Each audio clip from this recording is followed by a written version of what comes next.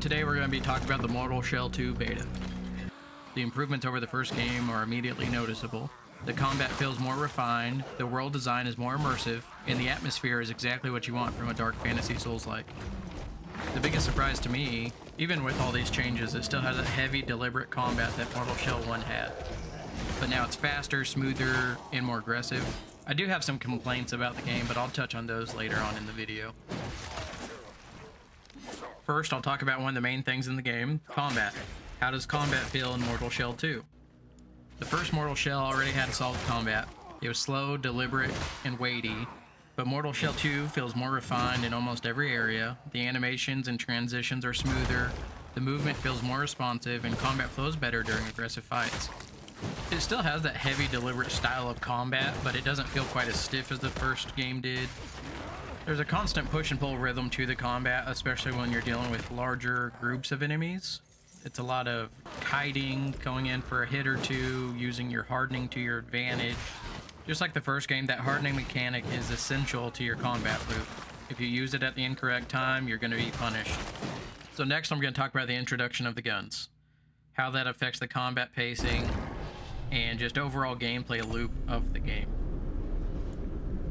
One of the biggest surprises in the beta was the introduction of guns.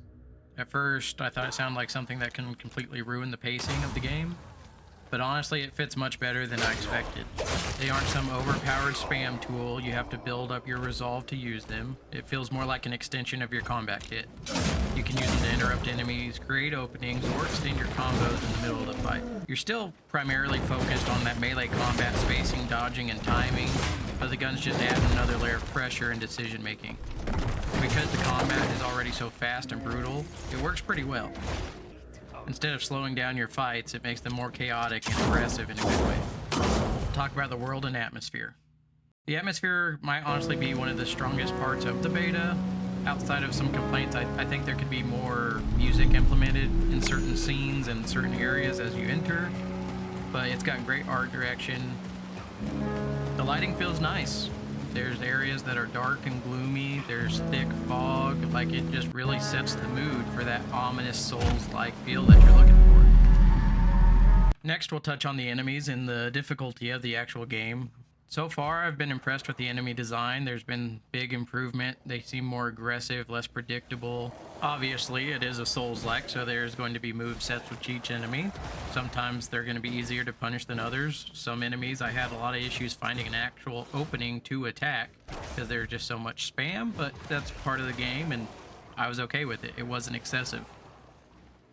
The boss fights in the beta are promising. They feel pretty dynamic.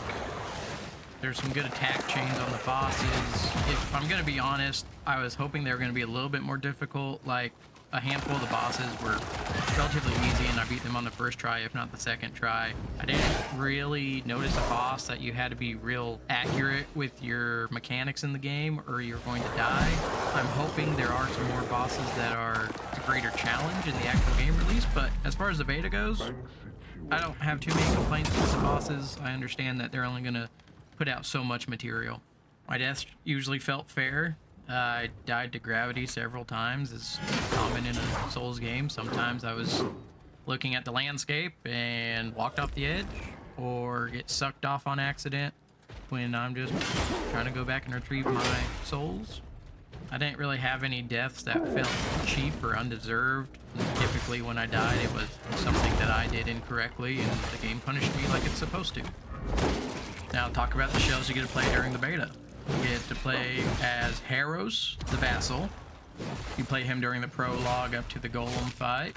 He's a lot of fun, has this AoE hardening. Pretty satisfying to use, just a circle that turns all your enemies into stone for a little bit. And you can hit them, build up that stagger bar, and then get in a critical hit.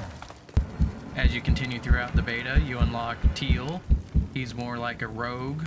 Teal has this nice stealth ability, lets him sneak up on enemies, get in a critical hit. If you do a perfect dodge, he goes invisible for a second off of that too. It's pretty helpful. It looks cool in the combat. I think Teal has a very good character design. Alright, so now we're going to talk about my complaints. I think my biggest complaint, which is more of just a nuisance issue, is that a lot of the enemies will drop 5 or 10 pieces of gold. There's no auto pickup option in the menu. I looked several times.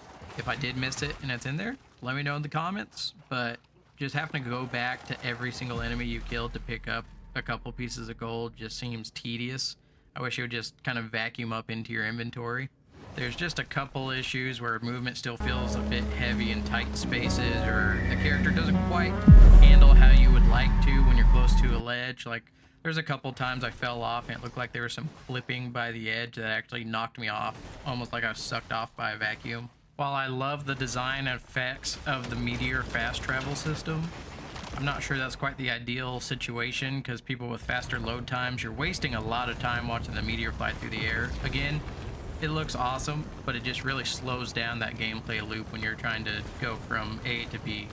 I mentioned this earlier. Again, I felt the beta was a little too easy. There wasn't really any enemy that just killed me repeatedly. I've played Souls-likes before, but I die in them plenty also. I think they probably should have showcased a little bit more of a difficult boss. My final thoughts: I'm very excited for the game. After only a couple hours in the beta content, it left a very strong first impression. It keeps pretty much everything you liked about the first one while improving on a lot of the major systems. Combat's still brutal, atmosphere is oppressive and immersive. Gameplay is more fluid, modern, but still ground down to that more sheltering feeling. Outside the minor issues that I spoke about, if the full release continues in this direction, this could easily become one of the best non-FromSoft Souls-like games. I'm excited to see what the final game becomes. Thank you for watching. Please like and subscribe.